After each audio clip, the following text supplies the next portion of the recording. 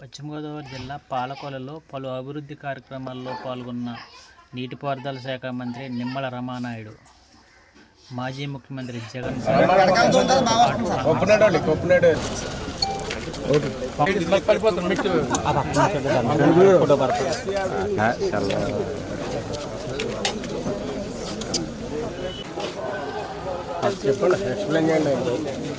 Sir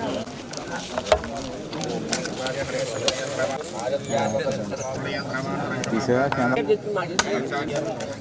Jackie రాలేనా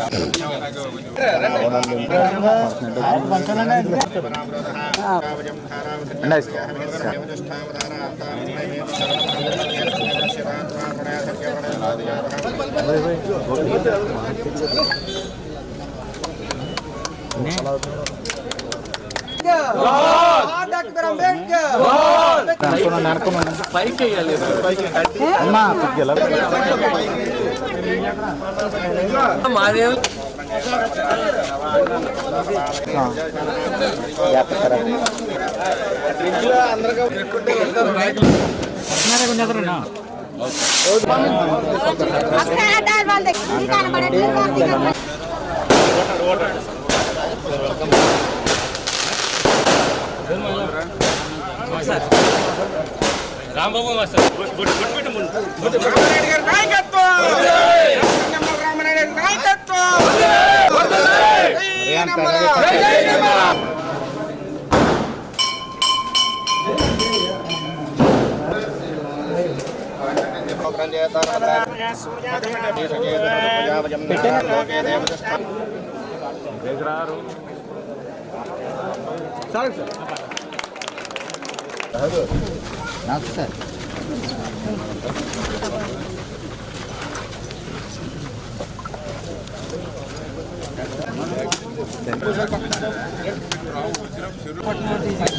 sir తీసాను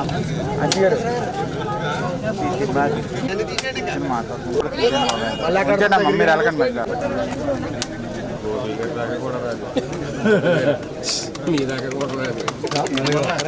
మరి ఈరోజు ప్రతి వ్యక్తి కూడా ఆరోగ్యంగా ఉండాలి, తద్వారా సమాజం ఆరోగ్యంగా ఉండాలి, స్వచ్ఛ ఆంధ్రప్రదేశ్ దిశగా ఈ రాష్ట్రం పయనించాలి అనేటువంటి లక్ష్యంతో ఈరోజు చంద్రబాబు నాయుడు గారు, అదేవిధంగా పవన్ కళ్యాణ్ గారి కృషితో పర్టికులర్గా జలజీవన్ మిషన్, ఎందుకంటే ఈ నిధులన్నీ కూడా గత 5 సంవత్సరాల వైఎస్ఆర్సీపీ పాలనలో కేంద్రం ఇచ్చినటువంటి జలజీవన్ మిషన్ కూడా సద్వినియోగం చేసుకోక మరి ఆ నిధులు కూడా మురిగిపోయినటువంటి పరిస్థితి మనందరం కూడా చూసాం.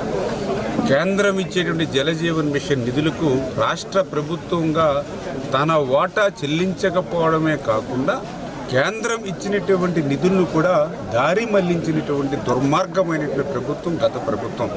ఎందుకు దుర్మార్గమైన ప్రభుత్వం అంటున్నానంటే, ఈవేళ ప్రతి వ్యక్తి కూడా ఎంత సంపాదించుకున్నా, ఎన్ని కోట్లు గడించినా కూడా గుక్కడు మంచినీళ్లు పడకపోతే ఆ ప్రాణం నిలవదు. అటువంటి మంచినీళ్ళకి సంబంధించినటువంటి నిధులు కేంద్రం ఇస్తే వాటిని కూడా దారి మళ్లించేస్తే ఇక ప్రజలు ఎట్లా బ్రతకాలో మరి సమాధానం ఈ వైఎస్ఆర్సీపీ నాయకులు చెప్పవలసిన అవసరం ఉంది.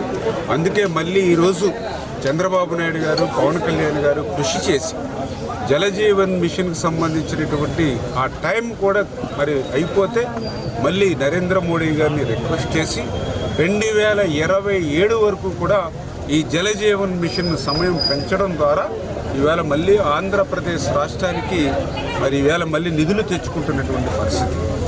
మరి అటువంటి నిధులలో భాగంగానే ఈరోజు ఇప్పుడే చూసాం మనం ఎలమంచిలి మండలంలో ఇప్పుడే కాజా మరి వెస్ట్ గ్రామానికి సంబంధించి 1,10,00,000 రూపాయలు, కాజా ఈస్ట్ గ్రామానికి సంబంధించి 66 లక్షల రూపాయలు, ఓటాడ గ్రామానికి సంబంధించి 55 లక్షల రూపాయలు. ఇవన్నీ లక్షలు అంటే దగ్గర 2,31 లక్షల రూపాయలు ఈ 3 గ్రామాలకి ఈరోజు మేము శంకుస్థాపన చేశాం జలజీవన్ మిషన్ నిధుల కింద.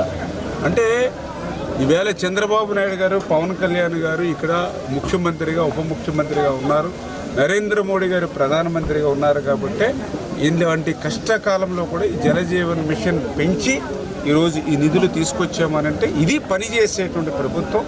గతంలో ఉన్నటువంటిది పనికి రానిటువంటి ప్రభుత్వం. ఈ తేడాను ప్రజలందరూ కూడా గుర్తుపెట్టుకోవాలనే విషయాన్ని కూడా ఈ సందర్భంగా గుర్తు చేస్తూ మరి అదేవిధంగా ఈరోజు ఏదైతే ఇప్పుడే రైతులు కూడా చెప్తూ ఉన్నారు, ఈవేళ కడ వరకు కూడా నీళ్ళు వస్తూ ఉన్నాయి. గతంలో మెరకలకి నీళ్ళు అందక చాలా ఇబ్బందులు పడ్డాం. ఈవేళ బ్రహ్మాండంగా నీరు వస్తుందని ఈవేళ రైతులు కూడా దండలు వేసి పసుపుగా చెల్లించి అభినందనలు తెలియజేస్తూ ఉన్నారు. ఈవేళ రైతులకు కూడా 1650 కోట్ల రూపాయలు బకాయిలు పెట్టింది గత ప్రభుత్వం. ఎంత దుర్మార్గమో చూడండి. ప్రభుత్వం దయాదక్షిణల మీద అరగట్ల రైతులు తాము కష్టపడి పండించినటువంటి పంట అమ్మితే ఆ ధాన్యం డబ్బులు కూడా గత ప్రభుత్వం ఇవ్వకుండా 1650 కోట్ల రూపాయలు బకాయిలు పెడితే మన ప్రభుత్వం వచ్చిన తర్వాత ఆ రైతులకి ఆ యొక్క బకాయిలు మనం చెల్లించాం. అదేవిధంగా ఫీజు రింబర్స్మెంట్ బకాయిలు మనం చెల్లించాం. ఏదైతే ఎన్టీఆర్ వైద్య సేవ ఆరోగ్యశ్రీ ఏదైతే ఉందో ఆ బకాయిలు మనం చెల్లించాం. అంటే గత ప్రభుత్వం పని చేయకపోవడం మటు నుంచి ఆ పని చేసినటువంటి కొద్ది మొత్తాలు కూడా బకాయిలు పెట్టడంతో మళ్ళీ ఈ ప్రభుత్వం మళ్ళీ బకాయిలు చెల్లించేటువంటి ప్రక్రియలో మరి పనిచేస్తున్నటువంటి పరిస్థితి. ధాన్యం మీరందరూ కూడా చూశారు, మన ఖరీఫ్ సీజన్లో ధాన్యం అమ్మినటువంటి 48 గంటలకే రైతుల ఖాతాల్లో ధాన్యం సొమ్ములేసినటువంటి ప్రభుత్వం ఎన్డీఏ ప్రభుత్వం, తెలుగుదేశం, జనసేన, బీజేపీ ప్రభుత్వం అనే విషయాన్ని కూడా ఈ సందర్భం గుర్తుపెట్టుకోవాలని చెప్పి, అదేవిధంగా ఇప్పుడు ఏదైతే గత ప్రభుత్వం ఇరిగేషన్ వ్యవస్థను ఏదైతే విధ్వంసం చేశారో మళ్ళీ ఈరోజు దాన్ని ప్రక్షాళన చేస్తూ మళ్ళీ ఈవేళ కాలువలు, డ్రైన్లు, రిజర్వాయర్లు ఇవన్నీ కూడా మళ్ళీ డీసిల్టింగ్ కానీ ఏదైతే తూడు ఇటువంటి వీడ్ ఏదైతే పెరిగిపోయిందో వాటిని రిమూవ్ చేయడానికి మళ్ళీ ఓఎండ్ఎం కింద మళ్ళీ పనులు చేయాలని చెప్పేసి మళ్ళీ ఈరోజు ఒక్కొక్కటి కూడా గాడిలో పెట్టేటువంటి ప్రయత్నం మరి ఏదైతే చేస్తూ ఉన్నామో రైతాంగానికి మరి తప్పనిసరిగా ఇది ఒక రైతు ప్రభుత్వంగా, ఒక ప్రజా ప్రభుత్వంగా పనిచేసేటువంటి ప్రభుత్వం. దానికి ఉదాహరణే ఇన్ని అభివృద్ధి కార్యక్రమాలని చెప్తూ ఈ కార్యక్రమాలతో పాటుగా ఎన్నో సంక్షేమ కార్యక్రమాలు, పెన్షన్ల పెంపు కానీ, ఉచితంగా 3 గ్యాస్ సిలిండర్లు ఇవ్వడం కానీ, అన్నా క్యాంటీన్ ద్వారా 5 రూపాయలకి భోజనం పెట్టడం కానీ, 16,000 పోస్టు డిఎస్సి ద్వారా వేసి టీచర్ పోస్టులు భర్తీ చేసి యువతకు ఉద్యోగ అవకాశాలు కల్పించడం కానీ, ఇట్లా అనేకమైనటువంటి సంక్షేమ కార్యక్రమాలు. అదేవిధంగా రేపు మరి మే నెల నుంచి రైతుకు కూడా 20,000 రూపాయలు పెట్టుబడి సాయం అందించేటువంటి అన్నదాత సుఖీభవ. వచ్చే విద్యా సంవత్సరానికి ముందే మరి తల్లికి వందనం కింద చదువుకున్నటువంటి ప్రతి ఒక్క బిడ్డకి కూడా మరి 15,000 రూపాయలు తల్లికి వందనం కింద ఎంతమంది పిల్లలు ఉంటే అంతమందికి కూడా ఇచ్చేటువంటి విధంగా ఇట్లా ఇన్ని అభివృద్ధి సంక్షేమ కార్యక్రమాలు చేపడుతున్నటువంటి ఈ ప్రభుత్వాన్ని మీరందరూ కూడా దీవించాలి, ఆశీర్వదించాలని చెప్పి మీ ద్వారా కూడా కోరుకుంటూ, మరి అందులో పర్టికులర్గా నాకు తెలుసు కాజా వెస్ట్ గ్రామం ఎప్పుడు కూడా మంచినీటి సమస్య ఆ గ్రామం అంతా కూడా. ఈరోజు 1,10,00,000 ఇచ్చి ఆ గ్రామం సమస్య, మంచినీటి సమస్య తీరుతూ ఉన్నాం. అదేవిధంగా కాజా ఈస్ట్ అయితే గతంలో మంచి నీరు వచ్చేది, మళ్ళీ గత 5 సంవత్సరాల పాలనలో మళ్ళీ ఆ నీళ్లు వదిలేసి మళ్ళీ పాలకొల్లు నీళ్ళు తెచ్చుకునేటువంటి పరిస్థితి.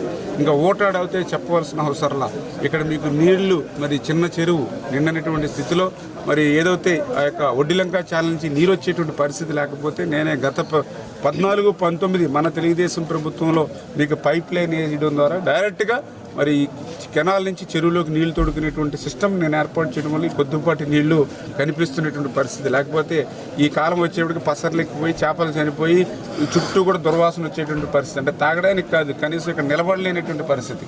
మళ్ళీ ఈరోజు మళ్ళీ మేము 55 లక్షల రూపాయలు మళ్ళీ నిధులు పెట్టాం. జాతి ఇంకా ఇప్పుడు ఉన్నటువంటి నీటిని కూడా డబల్ చేసి క్వాలిటీ పెంచి మీ అందరి ఆరోగ్యాన్ని కాపాడేటువంటి బాధ్యత ఈరోజు మేము తీసుకుంటున్నాం.